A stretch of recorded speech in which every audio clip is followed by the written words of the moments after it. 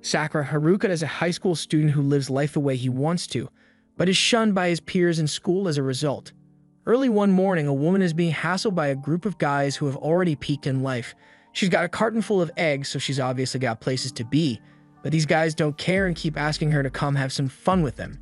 She refuses and tells the leader that she would smash her eggs into his face if it wouldn't be incredibly wasteful, but she has no time to waste on lowlives like him and his friends, so she will be leaving now. The leader doesn't know how to take no for an answer, so he forcefully grabs her hand, hurting her in the process, which is when Sakura intervenes. At first, he tries to be civil and handle the situation like a reasonable person, so he tells the leader of the boys to pack it up because it's too early in the morning to be doing dumb stuff like this. Unfortunately, logical reasoning doesn't work when your brain is the size of a walnut, so the leader tries to swing on Sakura, only to get his punch cleanly dodged. He then proceeds to get beaten up so bad that the cameraman had to cut away, but once he is back in frame, Sakura is standing over him, calling him and his friends weak. He's not scared of a fight, so if anyone has a problem with him, it should remember that his name is Sakura Haruka from Furin High.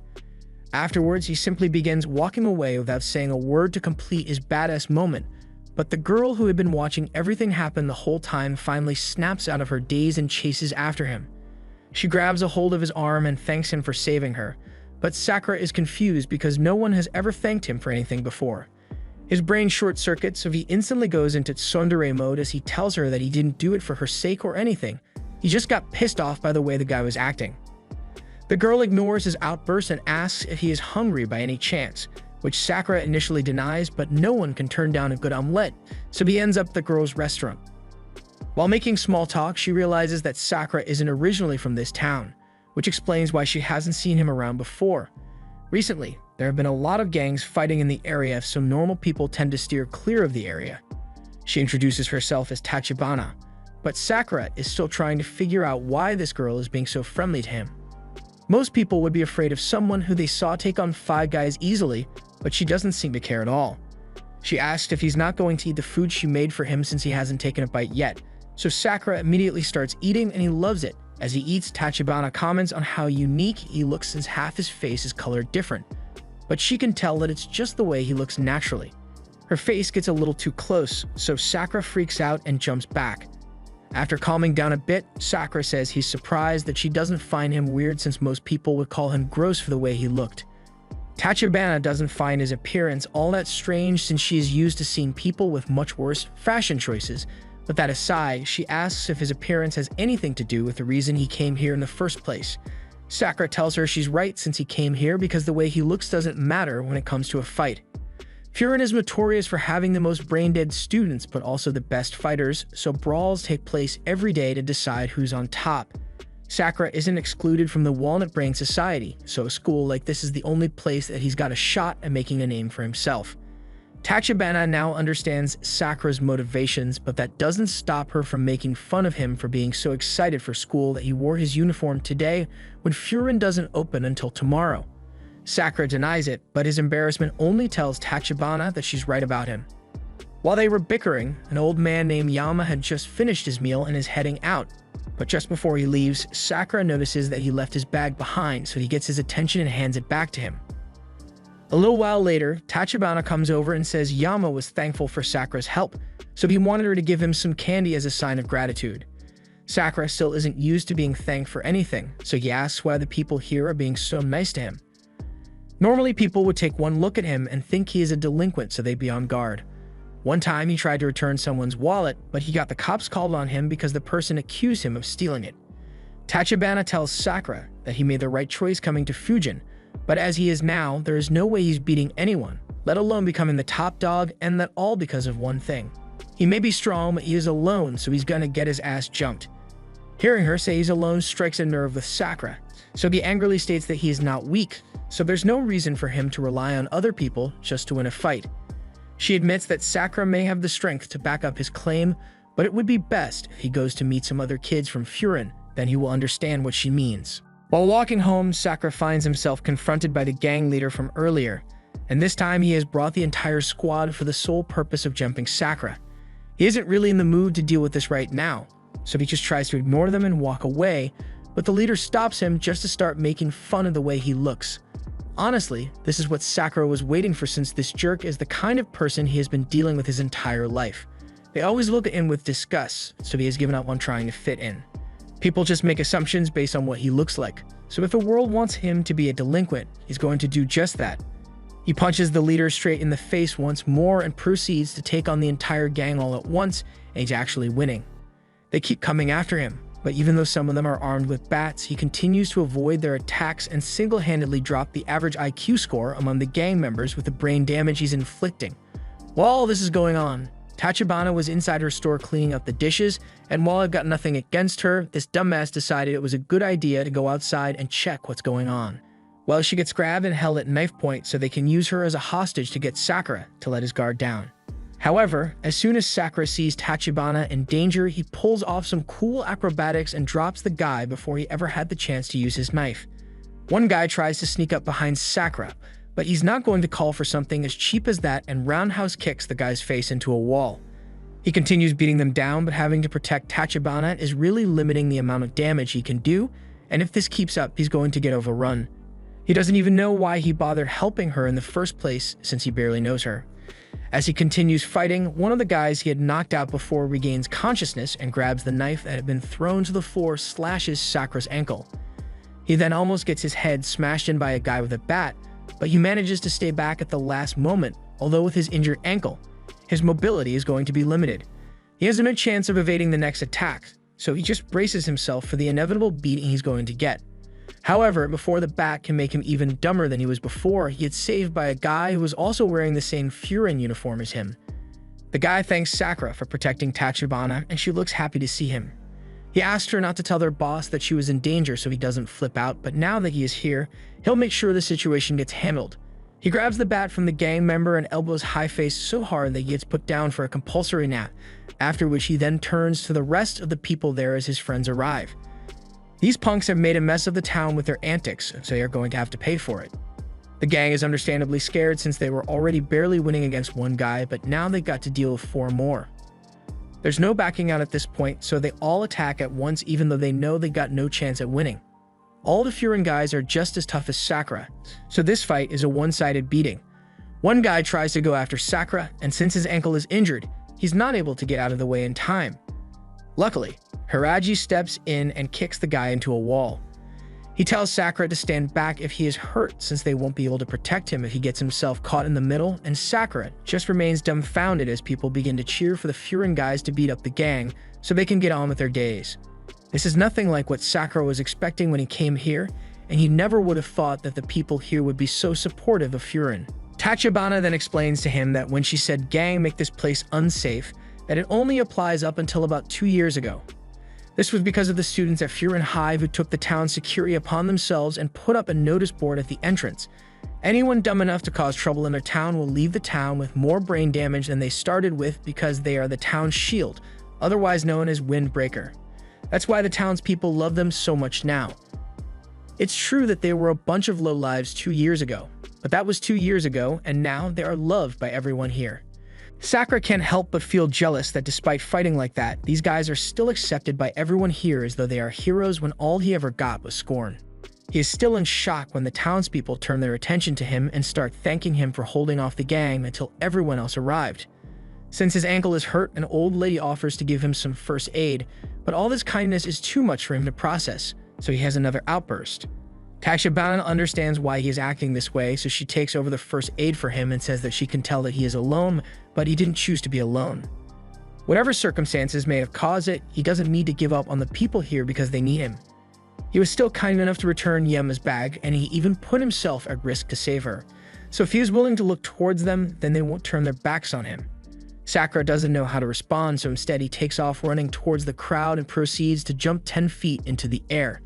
He transitions into a drop kick aimed at the gang leader who is trying to sneak up on Hiraji, and while he's not sure how he feels about this whole playing hero thing, but if people will accept him the way he is, then he will fight to defend the town. The next day, Sakura arrives at the diner, but he's got a foul look on his face because he was coaxed into giving a piggyback ride to a granny. Since they've arrived, Sakura tells the granny to get off his back already, because he's not above slugging a grandma in the face, so Granny Sayo jumps off his back and Sakura realizes she tricked him more than he thought. She had told him her hips hurt so bad that she could barely walk at all, but all of a sudden she's able to move perfectly fine and doesn't even acknowledge it when Sakura tries to call her out on it, making him even more angry. However, despite the granny's jokes, she's still grateful to Sakura for helping her get to the diner this morning, so she thanks him. Sakura still isn't used to being thanked for things, so he starts blushing once again and wants to leave to save himself some embarrassment, but before he can go, Tachibana calls him back because she's got something special just for him. She offers him a full breakfast, free of charge, since his entrance ceremony to Furin is going to happen today, but now that she thinks about it, the ceremony doesn't start until 12, but Sakura is already dressed for it, and it's only 10 o'clock. This gives her perfect ammunition to start teasing Sakura some more for being excited about attending Furin, but he denies it and says he was just out for a walk today. Tachibana doesn't blame him for being excited, though, since she knows there are a lot of interesting people there for Sakura to meet, but moments later the front door swings wide open and Naraya walks in, or rather face plants into the room. After picking himself off the floor, he shows everyone his brand new Furin uniform, but Sakura points out that he forgot to take the tags off clothes. Naraya then proceeds to roll around on the ground in an attempt to get the tags off his back, and Sakura can't believe a guy as clumsy as him is going to be attending Furin as well. But Naraya takes offense to this and says he's never seen Sakura around, so he must be from out of town. Which is true, but it's not like it matters where he came from. Another thing Naraya scrutinizes is the way Sakura's hair and eyes look, but while Sakura was expecting him to call him disgusting or something, he actually just thinks his hair is turning white because of stress. Tachibana finds the whole thing funny, so she acts as the mediator and introduces both of them. She explains that Sakura just moved into town yesterday, but Mirai still has no idea who Sakura is supposed to be, so he takes a look in his top-secret book of names, and according to it, Sakura is a complete nobody. Sakura was about ready to throw hands at this point, but Tachibana tells him that Mirai doesn't mean any harm, he just acts like that sometimes. Mirai goes on to warn Sakura that Furin is an ordinary school to be taken lightly. The students here stood up for the locals and drive away wicked troublemakers, so all the new students to the people look up to them. With that being said, it makes no sense to him why Sakura, who has no ties to this town whatsoever, would want to come to school here. Sakura answers that he's here to take the top spot at Furin Academy. He thinks it's cool that they are protecting the town, and he knows there are a bunch of strong guys there as well, so he would be satisfied if he knew he was the strongest among them. Mirai thinks he shouldn't set goals for himself that he won't be able to achieve, because if he does, then the stress will make him go bald. Sakura has had enough of Mirai's antics, so he tells him to get ready because they're about to throw hands. Naraya doesn't like the sound of that, so he makes an excuse about it being late, so he has to leave now. Later, as Sakura leaves, he is pondering what Tachibana had told him when his path gets blocked by a surprise tray of baked goods.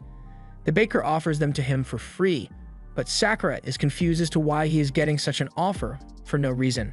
They say it's their way of giving back to the Furin kids since they are always so helpful, and they want Sakura to have the bread because he was single-handedly holding off the troublemakers the day before, so it's the least they could do. Sakura once again can't handle being thanked for anything, so he tries to decline by saying he's not hungry, but the bakers are insistent and give him the bread anyway so he can eat it for lunch today. And they weren't the only ones to offer Sakura free stuff. After all the thanks the townspeople gave him, it looks like Sakura just did a week worth of shopping. It still isn't clicking in Sakura's brain that some people are just nice when you help them out, so he thinks this town must really be messed up. But then again, maybe he was just assuming that they would never treat him like a member of the community. He thinks about it for a moment, but then he gets startled by a girl calling out to him from behind because she needs his help. In a dark alleyway, we see Naraya getting the shit kicked out of him by a group of hoodlums, and they say it's because Naraya interrupted them while they were trying to raise up that girl that we saw ask Sakura for help. The situation is pretty similar to what happened with Sakura the day before, but the only difference is that Naraya interfered knowing damn well that he can't handle a one-on-one, let alone a 1-5 fight. The leader of the guys calls Naraya pathetic for losing a fight so easily, but he's going to leave now since there's nothing more for him to gain by being here. But Naraya won't let him go for some reason and grabs into his shirt. The guy thinks this is just sad now since Naraya has no shot at taking him down. But if he keeps being annoying like this, he's going to have to take this fight seriously and beat Naraya to a pulp. Naraya refuses to give up and begins reciting the Furin school motto to purge all evil as if he thinks it will give him a power-up. But we all know power-ups only come from flashbacks if the bully is about to knock him out so he can't pester them anymore. However, before the hammer fist comes down on Naraya's head, he is saved by Sakura, who comes flying in with a kick to the face. Narei doesn't understand why Sakura would come here to save him despite them barely knowing each other. But Sakura isn't here because he wants to save him, he just really hates people who enjoy picking on the weak in large groups, so he's going to take care of them. Narei tries to warn him not to get involved since he can't possibly take on 5 guys at once, but moments later the 5 guys are all laid out on the ground and Sakura is still standing. Narei is amazed by the strength Sakura possesses and thanks him for saving him just now, but he apologizes because Sakura must be disappointed in him. Sakura has no real feelings on the matter, but he tells Narei to know what he is capable of handling before he gets himself into fights out of nowhere. Narei gives his backstory of how he used to get bullied a lot in middle school, but then one day he was saved by someone from Furin. Normally, he would only ever be afraid of someone like that, but in that moment, he thought the guy looked really cool. He wanted to be just like that guy, which is why he came to Furin, but he is still such a loser. Sakura thinks about it for a moment and realizes that he may have judged Narei a little too harshly at first. He may not be much of a fighter, but he still had the guts to help someone in trouble and not back away from a fight. At least in Sakura's books, that makes him a decent guy. The girl from earlier comes running over to see if Narei is alright, and since he doesn't want to be seen crying, he says he is alright. The girl is thankful to him for stepping in to save her when those guys started hassling her, and Sakura as well for helping save Narei when she asked. Once more, Sakura is embarrassed by being thanked, so he tries to leave, but Narei calls out to him and pulls out his top-secret book so he can start recording everything there is to know about Sakura. From his height to the type of girl he likes. Sakura doesn't appreciate getting his info documented like this, so he smacks Narei on the head, but Narei says he was just doing it because he enjoys gathering the data of people he looks up to. And that gets Sakura to let him hang around since he's not that bad. Narei may not be of much use in a fight, but he is sure he can help show Sakura around town since he is new here. But for now, they have to head to school since the entrance ceremony will be starting soon. After that, he and Narei finally arrive at the school, and Narei is pumped to check out the class rosters to see which class he'll be in. Luckily, he and Sakura are in the same class, as well as a bunch of other people he looks up to, but has never actually spoken to. Sakura tells him to stop geeking out over who's going to be in the same class as him because at the end of the day, it doesn't matter. But after Narei takes another look at the class rosters, he sees something that wipes the color off his face. As they walk up the stairs to class, Narei pleads with Sakura to try to be friendly with the people in class so he doesn't cause any problems, but there's no way he's going to pander to anyone for no reason. Narei just wants him to show everyone that he means no harm since he comes from out of town and may not be accepted right away. But Sakura is already warming up for a fight, exactly what Narei does not want him to do. One wrong move and the whole class may see him as an enemy of Furin, at which point the entire school will turn against him. But Sakura doesn't see a problem with that since he came here to get to the top of the school, so it wouldn't matter to him if everyone came at him at once. Upon entering the class, there's a whole spectrum of students, including the one in the back who's just doing pull-ups. Everyone starts staring daggers at Sakura, and he's liking the way things are going since the class looks like they mean actual business. He gets approached by one eye patch-wearing dude, and he seems to be pretty nice. This is Shuo, and he's inside Narei's top-secret book, so you know he's got to be cool. However, the eye patch is just for show though. But that's enough discussion about himself, so if he wants to hear about Sakura. Sakura was ready to start fighting immediately, but he is surprised when Sue just patting him on the back and telling him he did a good job defending the town yesterday. Seeing Sue being friendly with Sakura, all the others in class become interested in him and ask what he did. Sue explains that he was the one who single-handedly held off that gang that attacked the town, so they all have a good amount of respect for him immediately.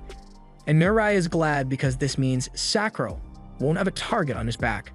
However, when he's asked why he came here, Sakura answers honestly and says he came to get the top spot at the school, and after saying that he now has the attention of all the heavy hitters in class. Most notably Sugita, who chucks a desk out of nowhere and threatens to crush Sakura, but Sakura was already looking for a fight, so this works out well for him. Sagisha is well known in this school and has been visiting long before he officially joined. His talents were recognized, so he was allowed to be called a member even while he was still only in middle school. And right now, the reason he is going after Sakura is because he has somewhat of an obsession with the person in the current #1 spot. So whenever anyone says they want to challenge that guy, Sagisha goes apeshit crazy. One of the students pleads with Sue to stop Sagisha before he kills the new guy, but Sue didn't come to school today to put himself within punching range for no reason. As Sakura is still fighting, he accidentally slips on some white liquid on the floor, so Sabishita tries to take full advantage of the blunder and wins up a haymaker. However, his punch catches nothing but air as Sakura has already recovered and leans back into a backflip kick across Sabishita's face. It looks like Sakura is really enjoying the fight, but if Sabishita is really just acting out of loyalty to someone else, then Sakura doesn't believe he will ever be able to beat him. The fight was just about to continue, but then the speaker went off and a voice addresses all the new Furin students rather loudly. Sakura finds it annoying that a perfectly good fight got interrupted, so he wants to keep it going. However, everyone in the class seems to have their attention glued to the speaker, and Sakura finds out why in a moment. The person introduces himself as Hajime Umemiya, the current top dog of Furin Academy, so Sakura is excited that he finally gets to hear from him. However, Umemiya seems to be a lot more clumsy with his words than Sakura expected because he flat out forgets the whole speech he was meant to give. Instead, he just goes on a tangent about how it would be nice to go to the beach and eat some shaved ice, and despite how awkward it is to listen to this, no one can say anything about it because they'll have to deal with Sabishita. That aside, Umemiya goes on to say he wants everyone to get along, but he knows there are bound to be disagreements between students at some point, so he won't ask that they all become best friends. But surely no one would be dumb enough to start a fight on the first day of school, and suddenly Sabishita regrets throwing that desk a whole lot. Before he ends his public address, Umemiya has one last thing he wants to say to all the students, even though they probably already know. It is their job to protect the town. The people there trust them to be their shield, so they must live up to their expectations and guard them with everything they have. Sakura is surprised that someone could command so much respect without even being in the room to begin with. He finds it hard to believe that Umemiya was able to foster this kind of solidarity among the students here simply by being a strong fighter, making him even more curious to find out what kind of guy Umemiya really is. Now that the fighting has stopped, Sue slides in and asks if Sakura and Tsubishita are ready to make up yet, but Sakura sees no reason why he should forgive Tsubishita since they haven't settled the score yet. Plus, Tsubishita was the one who attacked him first to begin with.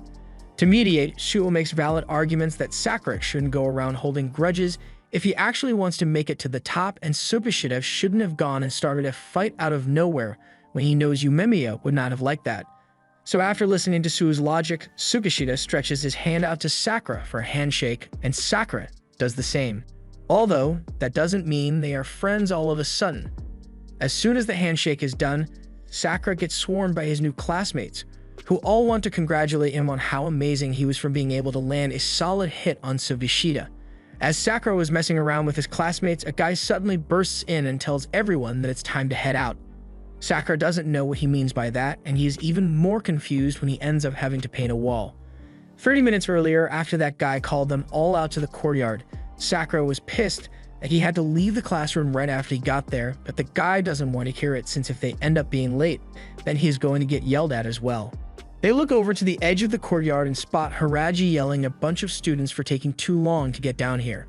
Sakura recognizes him from the fight yesterday, and Mirai is shocked he actually knows Haraji, so Sakura explains that he has met him when he saved Kotoha from that gang. But as soon as Haraji hears this, he comes racing over and grabs Sakura's face, driving him away to talk in private. Haraji doesn't want Sakura telling anyone that Kotoha was in danger here today, because if Umemiya finds out that Kotoha was in danger, there's going to be hell to pay. And as he says this, he reaches into his jacket pocket, which puts Sakura on edge, but he was just pulling out stomach medicine because he can't handle all the stress dealing with Umemiya causes. Hiraji walks away after that, leaving Sakura incredibly confused, and as soon as he returns to Nirai, he is bombarded by questions about what Hiraji is like. The only thing Sakura can say about him is that he is pretty weird, which Nirai immediately jots down in his top secret book. Sakura doesn't understand why he cares so much about getting info on Hiraji, so Nirai explains that Hiraji is one of the 4 Heavenly Kings of Furin Academy under Umemiya, and each Heavenly King has their appointed captains for each class. After explaining how they will be grouped up, Hiraji tells them that they are moving out so they should follow him. Sakura still doesn't know what they are even meant to be doing, so he is finally informed that they are going on patrol. Sakura doesn't really have a problem with going on patrol, but he does have a problem of having to do it with Tsubishita. Hiraji didn't really want to have to deal with them, but Umemiya asked that he keep an eye on them so they don't start fighting again. Sakura complains that he wasn't the one who started the fight, but Hiraji doesn't care at all.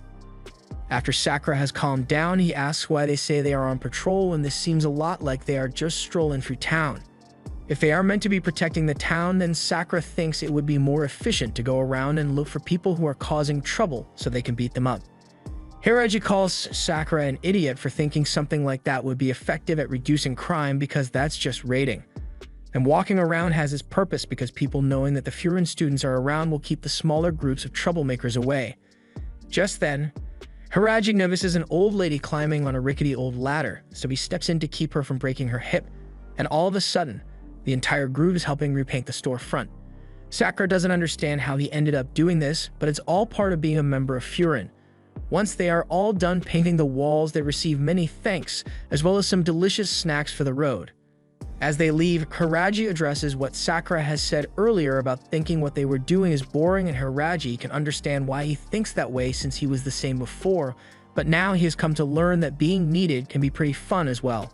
After walking for a while, they end up at an alleyway which gives off a different vibe.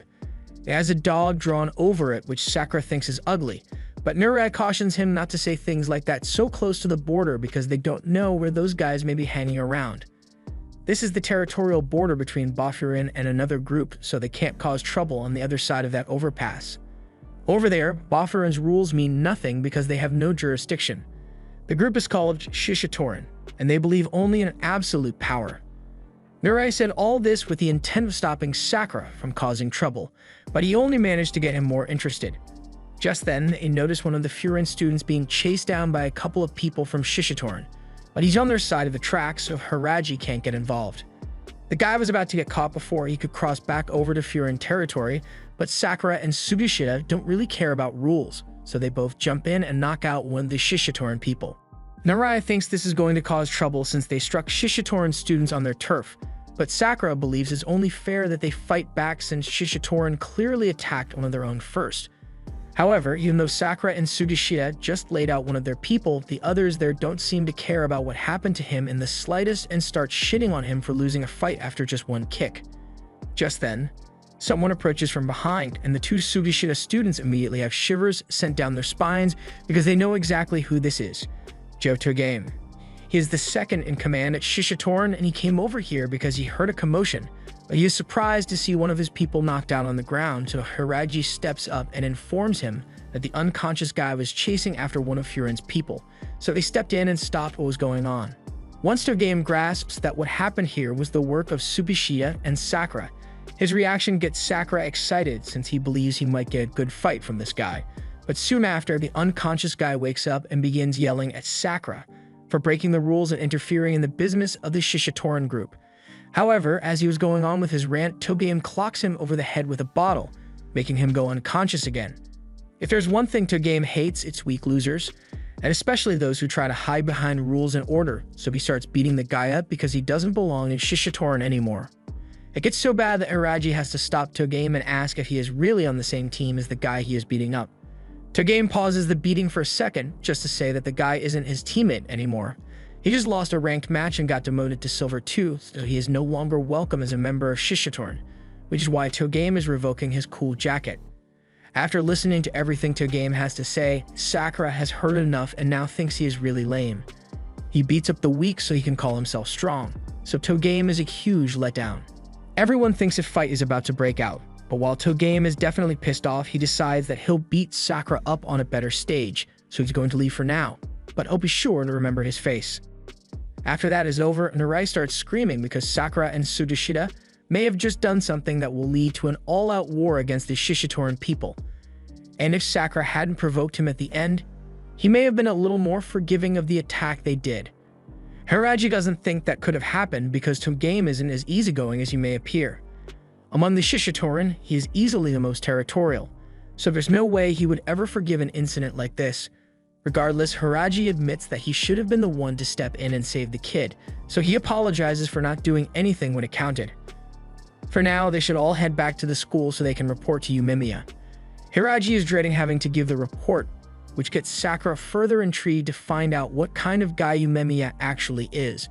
But once they finally get to the roof and meet him, he seems like a really nice guy. Hiraji approaches him and says they've got a problem on their hands, but he says he already knows all about it. That makes no sense since nobody could have told him about what happened yet, but it turns out that he's just talking about his plants. The others are starting to understand why Hiraji hates having to report to Yumemiya now, and it's because he never listens to anything you tell him. Sakura tries to get his attention, but Sagashita gets angry that he would dare try to communicate with his idol, so he was ready to start fighting again, until he remembered Yumemiya is right here and wouldn't approve. They all end up sitting down while Yumemiya explains all the plants he has been growing, when they really should be talking about the real issue here. Sakura can't even tell the difference between the plants anyway, and while he's definitely a good guy, Sakura is more confused than ever about why so many people respect Yumemiya so much.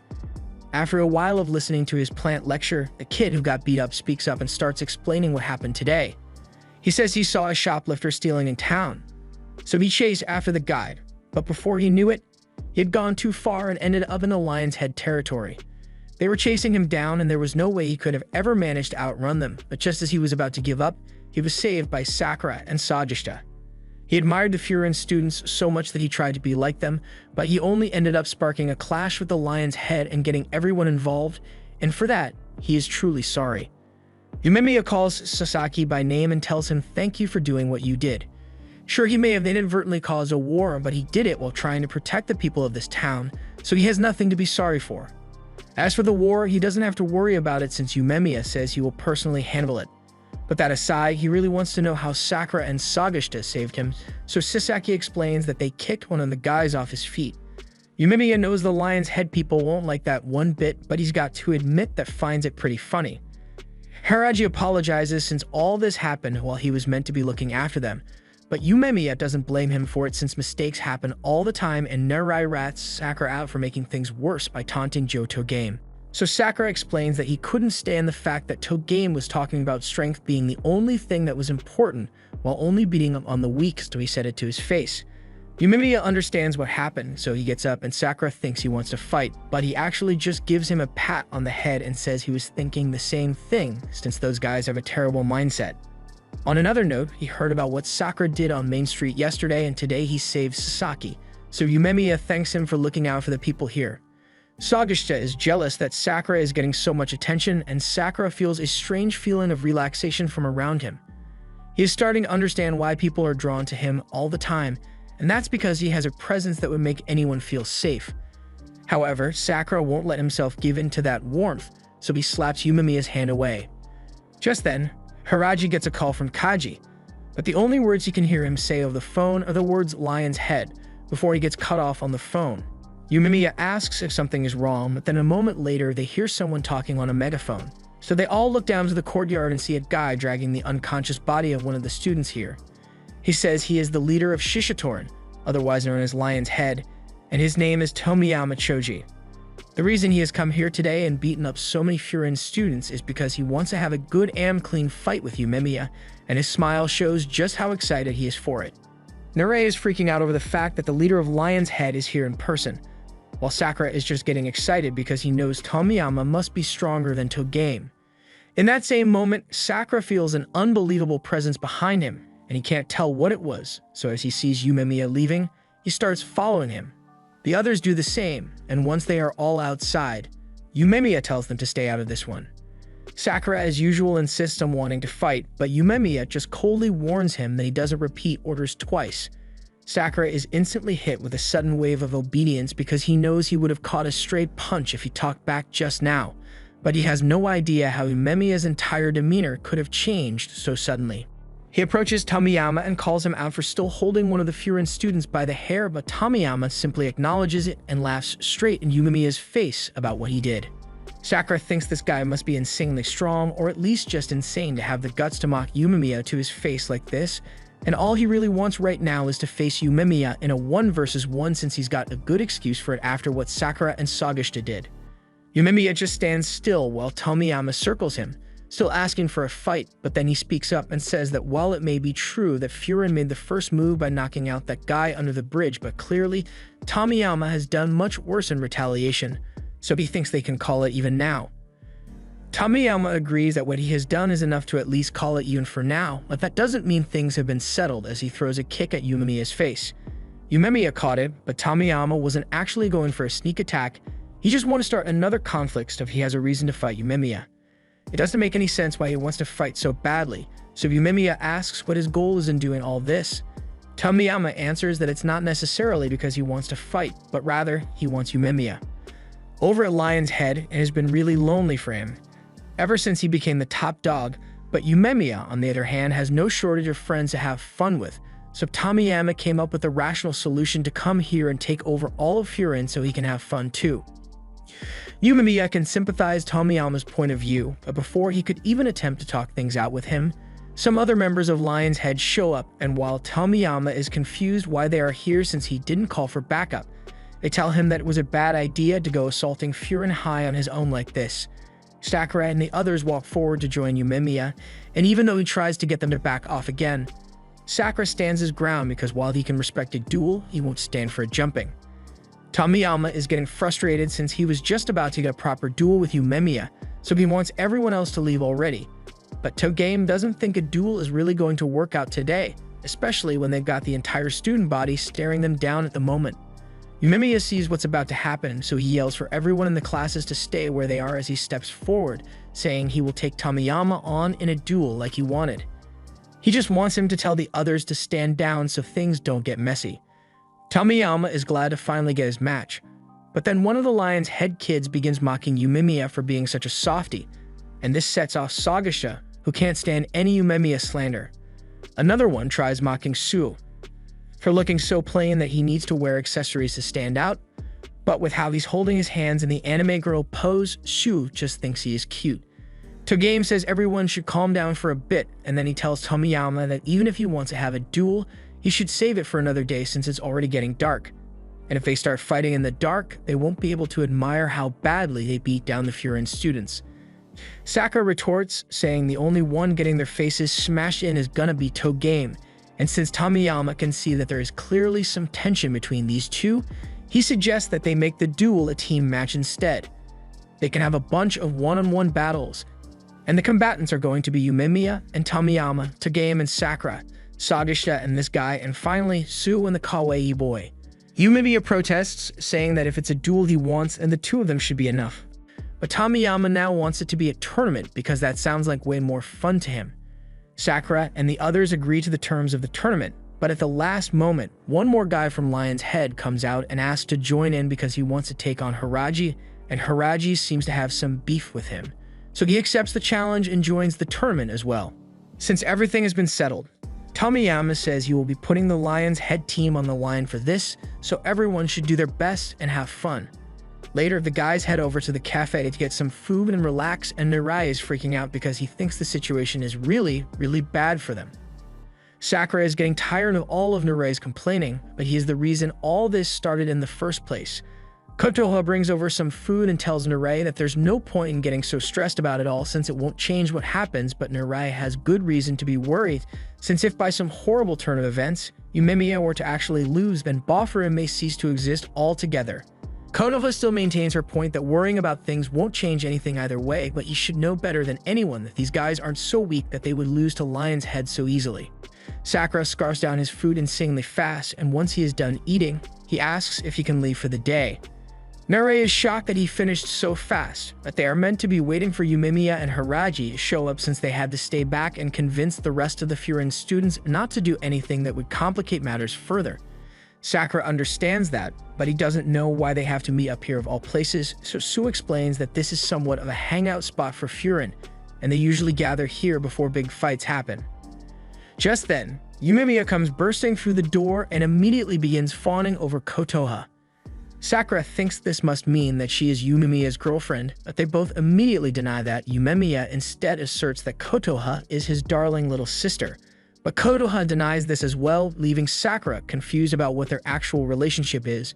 Kotoha is embarrassed to say this, but she explains that both she and Yumemiya were raised in the same orphanage, and Yumemiya just one-sidedly decided that she was his little sister at one point. Sakura doesn't find the situation all that weird, but he is a little shocked to find out that she is the little sister here. She says she is only 16, but he was sure that she was at least 20 or something since she acts so mature. But as he says this, he gets a chair thrown at him by Sagasha, which gets on his nerves, but what really scares him is the way Yumemiya is looking at him like he was just about to do a lot worse to Sakura. He laughs it off, and Hiraji reminds Sakura that he must never let Yumemiya know that Kotoha was ever in danger or hell's going to break loose. A little while later, Yumemiya is enjoying his meal, but Hiraji seems to be lost in thought about something. He has been thinking about the former top dog of Lion's Head, and that gets Sakura wondering if Lion's Head used to be different from how it is now. They believe in strength alone, and they certainly had a bunch of hotheads on their team, but they would have never done something as cowardly as chasing a middle schooler to beat him up. Fury even had an all-out brawl with Lion's Head once, but it was oddly satisfying for everyone involved. However, since Tomiyama took over, things have gone downhill with him picking fights all over the place, and they've never been the same since then. Yumemiya thinks it has to be Tomiyama's fault, although he's not sure about the specifics, but if they fight tomorrow, then they'll be able to find out, since punches are sometimes the only way guys like them can communicate. Closing time rolls around, so Kotoha closes up shop and everyone is about to head home, but before they leave, Sasaki takes a moment to formally thank Sakura for stepping up to save him when he was in trouble, to which Sakura gets embarrassed again. By the next morning, they all arrive at the bridge and head into the Lion's Head territory for the tournament, and Tomiyama and the other Lion's Head members were all waiting to get things started. Since all the participants are here, Tomiyama excitedly tells them to follow him so that they can get things started. As Sakura and the others walk along the streets, he notices that Lion's Head's turf is made up almost exclusively of bars, so Mirai explains that this place is the biggest bar district in the area, and it is said to be really lively at night, but also pretty seedy. That information was useful and all, but now that Sakura thinks about it, why is Mirai here in the first place? He can't fight, so he has no reason to follow them to the tournament. Mirai argues that he was present during the initial brawl that started this whole thing, so he is just as much involved as they are. And besides, he is still a member of Boffurin, so even if he can't protect others like they do, he wants to at least be able to protect himself. So to do that, he wants to learn as much as possible from them. Sakura blushes a little and says Mirai can do whatever he wants, but Hiraji thinks they are taking this tournament not seriously enough, considering it will decide the fate of Boffurin as a whole. But Yumemiya doesn't think it's worth worrying about because from what he can tell, they are pretty dependable. Since they were falling behind, Tomiyama comes back to tell them to keep up with the group. Eventually, they all arrive at their destination, so Togame officially welcomes them to the Lion's Head base. This place is an old abandoned movie theater that Lion's Head took over, so they now call it the Cage. And once the Furin guys make it to the stage room, they find themselves completely surrounded by an audience of Lion's Head members, and Mirai is starting to regret his decision to follow the others here, because the odds of them getting jumped just flew through the roof. Sakura tells Mirai not to show any signs of fear and look forward since he said he wants to learn. Meanwhile, Tomiyama steps out in front of the crowd and starts getting them hyped up about the duels that are set to begin soon. And while he does that, Yumemiya talks to the guys and tells them that this may have turned into a whole tournament, but the main event is still going to be the fight between Yumemiya and Tomiyama, so the rest of their fights won't have much of an effect on the bet that was made, meaning it doesn't matter if they win or lose. However, it matters a lot to Sakura since he doesn't plan on losing to anyone here, and neither do the rest of them.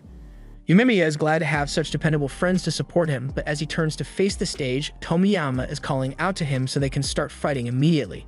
However, Togame interrupts and says they can't start the tournament with the bosses of each group since that is just poor entertainment planning. So instead, this guy asks if he can go first since Sagisha has been staring at him with rage in his eyes for a while now, and it's starting to really piss him off. On Sagisha's end, Yumemiya tells him that he's fine with him fighting in the first rounds, so he turns around to follow the guy onto the stage. But before he walks out, Sakura gets his attention and tells him that they still got their own score to settle with a rematch. But Sakura would never want to fight someone who would lose to these losers, so basically he is telling Sagisha to try his best to win. Sagisha doesn't respond and just turns away instead without saying a word. The fight is finally about to begin with Sagisha and Arima facing each other head to head. Meanwhile, in the audience, Mirai is going through his book of fighters and he finds a record of Arima once having broken several ribs of a guy he was fighting, all with a single punch. That punch must have had some insane power behind it, but Sue doesn't seem worried since Sagisha is pretty similar in terms of capabilities. However, Yumemiya doesn't think it's fair to lump Sagisha and Arima together since they are nothing alike. On stage, Arima can tell that Sagisha is filled with rage and just waiting for the match to start, so he decides to use that to his advantage and looks over to Yumemiya, before yelling his name out as if something is wrong. Due to Sagisha's Yumemiya fixation, he was obligated to look to make sure his idol was okay. But as soon as his gaze was averted, Arima immediately ran forward and punched him square in the face while mocking him for being dumb enough to look away during a fight. However, Sadisha is still standing after taking a straight punch while he was off guard, so Sakura and Yumemiya aren't really worried about the fight. Arima still seems to think he is on the winning side of this fight, but once Sadisha grabs his arm, I'm sure Arima started regretting his prior decision a lot. Sadisha is enraged that Arima would dare use Yumemiya's name as part of such a dirty trick, so he palms Arima's face and slams his body into the floor so hard that he now identifies as a floorboard. The crowd has gone silent as they just witnessed one of their own get completely violated, so they all start chattering amongst themselves because they know they ain't built strong enough to take a hit like that. There is a serious mood in the theater, but the silence is broken up when Tomiyama begins to clap for Sadisha's flawless victory. Togame has a cold and calculating look on his face, which is heavily contrasted by Tomiyama's excitement to get a chance to fight someone as strong as that. He pulls Tomiyama back into his seat and tells him to just behave himself and wait for his turn. Mirai can't believe how little concern Tomiyama and Togame are showing for Arima after he just got beaten, and they are even praising his opponent for being strong on top of that, so he knows these guys have a few screws loose in the head. Sadisha returns to his seat and is welcomed back by Yumemiya, who congratulates him on his overwhelming victory, but it's not like he expected any other outcome from someone as sturdy as him. Mirai is still in awe of the durability Sadisha has to be able to tank a punch like that and keep going, but Sakura isn't surprised since he already expected as much since he has fought Sadisha before. But it's not like he respects him as a fighter or anything. Yumemiya is glad things are going well, but then he looks over at Togame and Tomiyama, and Togame seems like he's thinking hard about something. After a moment, both he and Tomiyama get up so they can start the next round, but before any of that can happen, Tomiyama calls over two random guys from the audience and tells them to go dispose of Arima's body so he doesn't have to look at it anymore. They do as they are instructed and drag his body off stage, but they give up on carrying him backstage, so they just drop his body on the floor since they can't be bothered to be nice to him. He always acted like he was really tough around them, but now look at him, laid out on the floor and looking goofy. After kicking him in the face, they start walking off, but Sakura can't stand the sound of them talking about strength, so he tells them to keep their mouths shut until they can understand what real strength is. The two guys take offense to this and start picking a fight with Sakura, but Sue tells him there's no point in wasting his breath talking with them because those kinds of people will never understand unless they get a good punch to the face. One of the guys then grabs Sue's jacket and is about to fight him, but Tomiyama organized a set of predetermined fights for today, and he's not going to let some nameless background character ruin that for him, so he tells the guy to back off. They are stricken with fear, so they do as he says, and now that order has been restored, Tomiyama asks for the next battle to begin. Sakura wants to go next, but Sue tells him that it would make more sense for him to go next with the current order of things, so he calls over to Kanuma so they can begin their fight. As Kanuma walks towards the stage, Sue gets up to go as well, but before he leaves, he addresses Sakura and tells him that he thought Sakura's goal of becoming the top dog at Furin was stupid when he first heard it. Sakura thinks he's trying to start a fight with him, but Sue goes on to state that he has changed his mind after he saw that Sakura's words had genuine motivation behind them, so now he thinks Sakura is pretty cool. That's why he is going to work hard so Sakura doesn't surpass him so easily. As the fight is about to begin, Sakura asks Mirai if he has any information on Suo, so Mirai looks in his book. But while it says he is famously strong, there isn't any specific data on how he became so strong or who he has beaten before. It's the same with everyone else too, as they've heard a lot of talk about Suo, but they don't actually know how he fights. Kanuma is biting his fingernails in anger over what the Furin students have done to Arima, and Suo is surprised that he can actually feel compassion for another person, but he is only angry about what happened to Arima because they've been together for a long time, but now that he has been eliminated, his career in Lion's Head is ruined. Suo finds it childish to only make a fuss for someone else's sake when you are personally affected. His taunting gets to Kanuma, so he charges at him, but Suo calmly grabs his hand and parries his punch with ease. Kanuma is confused about what just happened since he can tell that Suo's movements just now were completely reactive, so he comes up with a bright idea to just punch faster so that Suo can't react in time to dodge. However, that doesn't go so well for him, and he ends up on his back looking goofy in front of everyone. He tries to regain some of his dignity and grabs Suo's leg for another attack, but he just gets himself thrown to the floor once more. The embarrassment is getting worse and worse as Suo is now lecturing him while he's on the floor, so he tries attacking again. But as expected, Suo uses his momentum against him once more and makes him hit the ground. The Lion's Head crowd begins yelling obscenities at Kanuma because they think he isn't taking this fight seriously, but he is actually trying as hard as he can right now. Sakura realizes that under that fake smile, Suo is actually pretty heartless when he wants to be. He already knew Kanuma was weaker than him, but rather than take him out quickly and let it be done with, He is making a mockery of him. Kanuma probably feels like he would rather be dead than keep fighting Suo like this, but Suo probably had his own grudges against Lion's Head, so this is his way of taking out his anger on them, although Hiraji never expected him to be so emotional about it. But then again, he could just be showing him off because Sakura is watching. Over on stage, Kanuma just missed a punch that had him stumbling across the entire stage, but after catching his breath, he goes back in for another attack, only to miss more of his punches and get pushed back. He tries kicking Suo, but that just gets him a first-class ticket back to the floor. He gets points for resilience since he keeps fighting, but with how much he has been kissing the floor this entire fight, he may want to consider just staying down. The Lion's Head people have now completely turned on Kanuma, and he knows what's going to happen to him if they view him as weak, and after seeing the look of disappointment on Togame's face, he throws a tantrum and gets back up to try and attack Suo. However, that doesn't work out in his favor as Suo throws a kick but stops inches away from his face. He then tells Kanuma that he knows exactly what he is thinking about right now. He is imagining himself in the exact same position as the people he had made fun of, and he probably doesn't like it. Suo tells him that this is a first great step towards his reform as a compassionate person, but the next step is to beat it into him so he doesn't forget what it feels like to be a loser. But before Suo can do that, Togame tells him to stop since the fight is already over, and he doesn't want Kanuma disgracing them any further. In fact, to make sure they don't have to deal with his dumbass anymore, Togame officially kicks him out of the Lion's Head, so he has lost everything in one fight.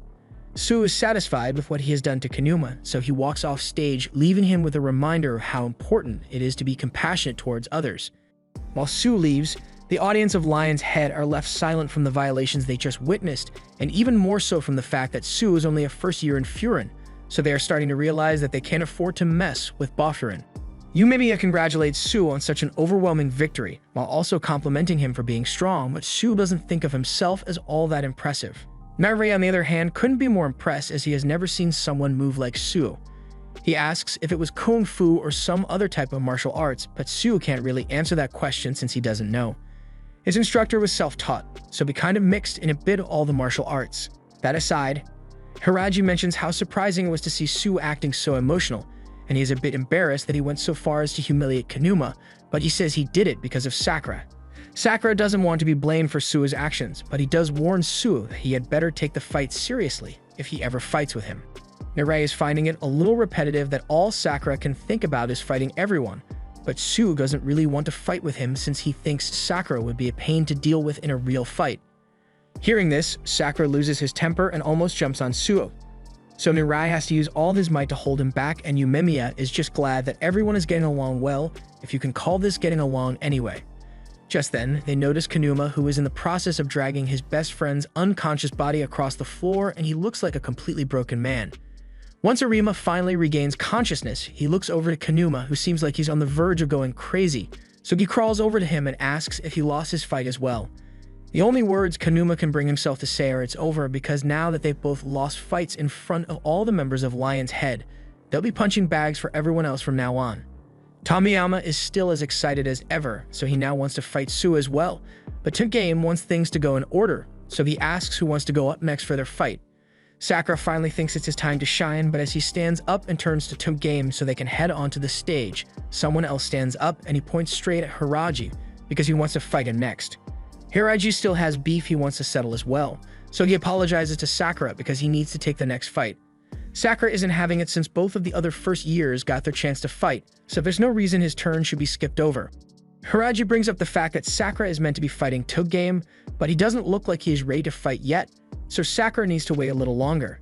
Since Togame is the second in command at Lion's Head, normally it would be Hiraji's job to fight him, but that doesn't mean he doesn't have faith that Sakura could win. The compliment immediately quells Sakura's anger at Hiraji, but he's still pissed at the other guy for cutting in line and calling Hiraji out like that. Narei thinks the guy may know Hiraji from somewhere, but none of them know why they have beef since Hiraji doesn't talk about himself much. Meanwhile, as Sako is making his way up on stage, Tomiyama wishes him good luck in his fight, but Togame is a little condescending and asks if something happened between him and Hiraji since Sako usually never gets into fights willingly, but he just ignores Togame and keeps walking. Once the two are standing across from each other, Hiraji starts a conversation by saying Sako has grown since the last time they saw each other, but it's a shame he's in Lion's Head now since this fight is unavoidable at this point. Sako remains silent throughout, and Tomiyama is bored of all the talking, so he yells for them to start fighting already. Since they're starting, Hiraji puts his hands up and Sako immediately charges at him with a flurry of punches and kicks, but Hiraji is able to expertly block them all. Sako keeps piling on the pressure with his attacks, but at the end of his combo, no damage has been done to Hiraji. Sako backs off for a bit and tells Hiraji that he shouldn't look down on him like he used to, since the Sako he once knew is gone, and he's going to prove it here. He charges back in with a frontal kick and Hiraji counterattacks as well, but neither of them seem to be making any headway in the fight as neither have landed a decisive blow yet. Then, in the middle of one kick, Sako grabs his own leg and redirects the kick, narrowly missing Hiraji's face, and Hiraji is really impressed. Narai is panicking because Hiraji is on the defensive and Lion's Head is really rooting for Sako to take down Hiraji. Even Togame is amazed by how good Sako's fighting skills are, but Tomiyama doesn't think it is all that strange since he personally appointed Sako as one of his 5 fingers. Togame has to admit that while he may not understand Sako as a person, he has fought the most out of everyone here and even nearly burned himself out when he first joined Lion's Head. Back to the stage, Sako is still dodging Hiraji's attacks, but he's taking the time to call them out for lacking any flair in his attack pattern and solely relying on raw strength. According to Sako, Hiraji hasn't changed one bit, but Hiraji can tell that Sako has changed quite a bit, especially with how talkative he is being right now. He remembers Sako never speaking a word the whole time he was teaching him how to fight, but Hiraji bringing up the past annoys Sako and makes him charge at Hiraji one more time, but now he has sped up quite a bit. So much so that he manages to catch Hiraji off guard and knock him back with a kick to the face. Everyone is shocked to see Hiraji knocked out so easily, and Sako is standing over his body, wondering when Hiraji got so weak. He blames Hiraji's weakness on hanging out with all these Furin clowns, and Sakura starts getting angry, but not at Sako, but rather at Hiraji for letting himself get dropped so easily. Sue finds the whole thing's funny, but more so because Sakura is starting to care for his friends more and more. Sakura gets embarrassed by Sue's assessment and says he was just pissed because Sako was making fun of them, but Yumemiya then speaks up and tells them all to calm down because it's not over yet. He then addresses Sako and reminds him that Hiraji is one of the 4 divas of Boffurin, and specifically, he is their Taman, so he asks if Sako knows what else a Taman is called. Sako doesn't understand the point of such a stupid question, but once a hand lands on his shoulder, he is shocked to see that Hiraji is back on his feet and as active as ever. He hasn't gotten kicked like that in a while, so he really felt it, but he knows it must have made him look really lame. He acknowledges that Sako has gotten really strong since he last saw him, almost like he's an entirely new person. But as the Taman of Boffurin, he's got to show off a little bit, so he takes his stomach medicine and gets ready for round 2. We get a flashback to Hiraji and Sako's middle school days, and Sako was getting cornered by bullies at the time. He'd just been minding his own business and getting good grades, but these bullies were high-level haters, so they weren't going to just let him do well in peace. They all start beating him up, but then Hiraji showed up to save the day. Back to the current fight has become a slugfest with each side taking punches as well as dishing them out, and the crowd is stone-faced with amazement at what they are witnessing, and even Sakura can't believe how strong Hiraji is. Sue tells Sakura that Hiraji has to be strong to have earned a spot as one of Boffurin's divas, and pretty much everyone in town knows he's incredibly strong. But even if he was strong to begin with, Sue is sure that he kicked it up a notch because of Sakura. The fight goes on, and while things still look pretty balanced, Hiraji now has the upper hand and ends up heel kicking the focus out of Sako's eyes. Sako can't understand how Hiraji is still so strong compared to him after all that training he went through to improve himself, especially since he has been living the easy life with his friends here. We get another flashback to Sako's middle school days right after Hiraji had just finished beating up the bullies, but he didn't understand why Hiraji went out of his way to help him. Hiraji doesn't think he needs much of a reason to help someone who is being ganged up on, but he tells Sako that he needs to learn to stick up for himself because that's the only way that he'll be able to deal with bullies like these. He offers him a hand so that he can stand back up, but that's when Sako grabs his sleeve and pleads with Hiraji to teach him how to fight. Hiraji agreed, and since then, Sako trained with him and held a great deal of respect towards him. Even though he never really tried to form one, people just seemed to flock to him due to his strength, and Sako was one of those people who were proud to follow him. But then on the day Hiraji graduated from middle school, Sako was glazing Hiraji for getting into Furin and was sure that he would stand above everyone there. But all that glaze became too much for even Hiraji to bear, so he tells Sako not to follow him. He already knows that once he gets to Furin, he's going to be under this guy named Yumemiya, so he can't meet Sako's expectations of him. He wanted Sako to find an actual goal for himself instead of being his fanboy. Sako couldn't understand what just happened with his idol essentially abandoning him. So he went and took out his frustrations by beating up a local gang by himself. And while he was standing there among the bodies, he was approached by Togame and Tomiyama, who were impressed by his capabilities, so they offered him a spot on their team. Sako asked if they have strong people on their team, and Togame confirmed it, stating that their policy is that strength means everything. So the stronger you are, the higher up you'll be able to get. However, Sako doesn't care about any of the hierarchy stuff and just wants to fight with strong people so that he can get stronger and make Hiraji regret abandoning him. Which is why he refuses to lose to him in this fight. Unlike Hiraji, he hasn't been spending time making friends, but rather he has been improving himself so that he can be stronger than Hiraji. He runs forward and tries to attack Hiraji from below, so Hiraji counters with a punch only to get faked out by Sako, who does a backflip over him and gets ready to land a punch. However, he met with a boot to the face since Hiraji did not fall for his trick. Sako's feet are wobbling after that kick, but he still refuses to lose to someone who is satisfied not being at the top. He tries throwing another punch. At this time, Hiraji just catches it and apologizes to Sako for not being able to live up to his expectations. And immediately after, he delivers a hit punch so powerful that it gets Sako to start doing some really deep soul-searching about why he was so angry. He knew that Hiraji was looking out for him when he said he should find a new goal for himself, but he was just being selfish. He didn't want to hear Hiraji tell him to not follow him because all he wanted to do was stay by Hiraji's side no matter what.